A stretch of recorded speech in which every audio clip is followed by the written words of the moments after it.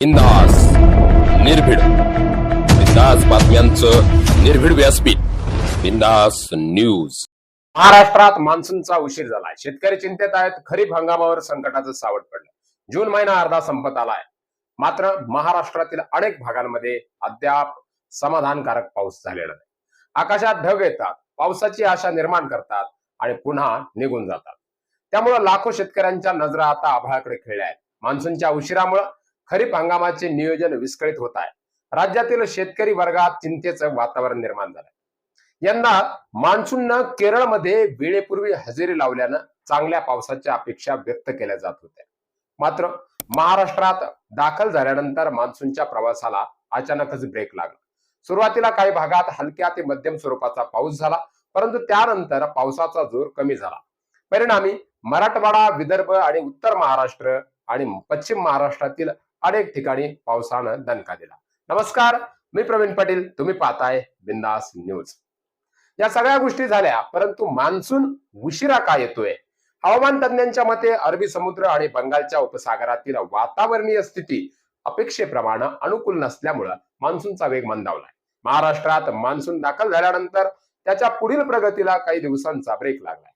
कमी दाबाचं क्षेत्र सक्रिय न होणं, वातावरणातील वाऱ्यांच्या दिशेतील बदल आणि ढग निर्मिती कमी होणं ही याशिवाय हवामानातील जागतिक बदल अर्थात क्लायमेट चेंजचाही परिणाम मान्सूनच्या पॅटर्नवर होत असल्याचं तज्ञ सांगतायत। समुद्राच्या तापमानात होणारे बदल, वातावरणातील अस्थिरता आणि बदलती ऋतुचक्रे यामुळे मान्सूनच्या पेरणी खोळंबली आहे।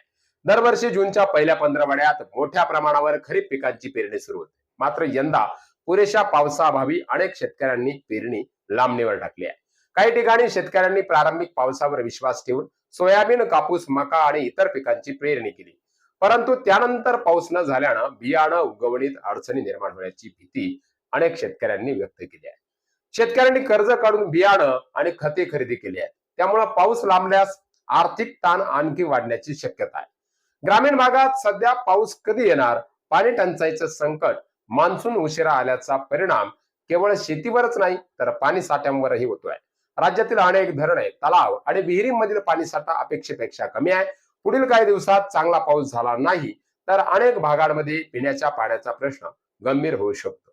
विशेषतः मराठवाड्यासारख्या दुष्काळ प्रवण भागात प्रशासन आणि नागरिकांची चिंता वाढली आहे। ग्रामीण भागातील अनेक गावांमध्ये टँकरची गरज निर्माण होण्याची शक्यता व्यक्त केली जात आहे। शेतकऱ्यांसमोर कोणती मान्सूनच्या उशिरामुळे मोठमोठी आव्हानं आहेत ते पाहूया। शेतकऱ्यांसमोर आता अनेक अडचणी उभ्या राहिल्यात। खरीप पेरणी लांबणीवर पडले, पेरलेले बियाणं वाया जाण्याची भीती शेतकऱ्यांच्या मनात आहे।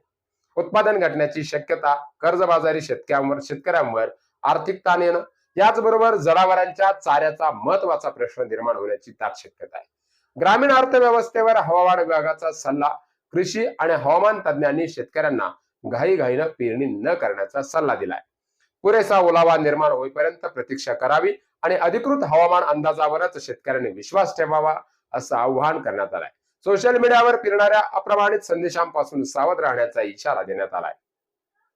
राज्याचं लक्ष पावसाकडे। महाराष्ट्राची अर्थव्यवस्था मोठ्या प्रमाणात शेतीवर आधारित आहे। वेळेवर आणि समाधानकारक पाऊस झाला तर शेती उत्पादन वाढतं, ग्रामीण बाजारपेठांना चालना मिळते आणि आर्थिक चक्र वेगानं फिरतं। मात्र मान्सूनचा उशीर कायम राहिल्यास त्याचा शेतीचा परिणाम होऊ शकतो। पाणी पुरवठा, पशुपालन आणि ग्रामीण सध्या संपूर्ण महाराष्ट्राचे लक्ष आकाशाकडे लागलं आहे। शेतकऱ्यांच्या आशा, अपेक्षा आणि मेहनतीचं गणित आता येणाऱ्या पावसावर अवलंबून आहे। पुढील काही दिवसात मान्सून सक्रिय झाला तर मोठा दिलासा मिळू शकतो, अन्यथा खरीप हंगामासमोरील संकट अधिक गडद होण्याची दाट शक्यता व्यक्त केली जात आहे।